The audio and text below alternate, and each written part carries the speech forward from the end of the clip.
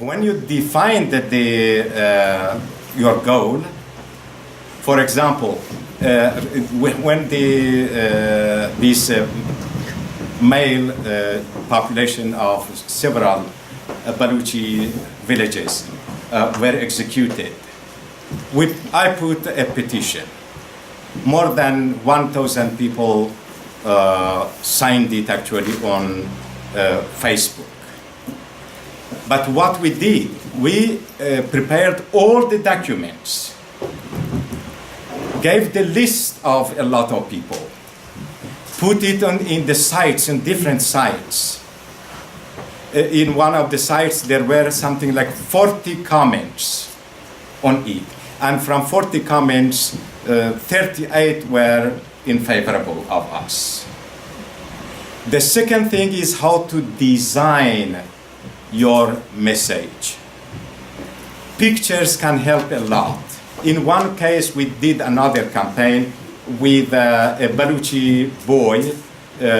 We have a concept in Iran, kar dasti, means manual work in the school that you do. So this boy had a lot of thorns in his hand, all over his hand. And somebody had taken a picture of him with these thorns on his hand, and he wanted to present that as his handwork. It impressed a lot of people. The next point is that you have to know your audience. We are all in a very, very peculiar situation. Arabs, Baluch, Turk, Kurds, mostly Kurds and Baluch and Arabs. Our audience is already hostile to us. If we know them accurately and we know their interests, then we have to define our interests in a way that become their interests. It is convergence of interests rather than divergence of interests. What we have done so far is divergence of interest, contrasting our interests with them. When we say we want a federal state, what does it mean? It means that the power must be shared between all the people. No, it is in the hands of a small group. We have to find a way to converge the interest. In that case, their goal becomes our goal and our goal becomes their goals. Impossible. Now, if you do more research about the social media and how you can use them, is to know how, for example, Facebook works, Instagram, Twitter, how they work. If you don't know how they work, you are not going to use them at their most capacity.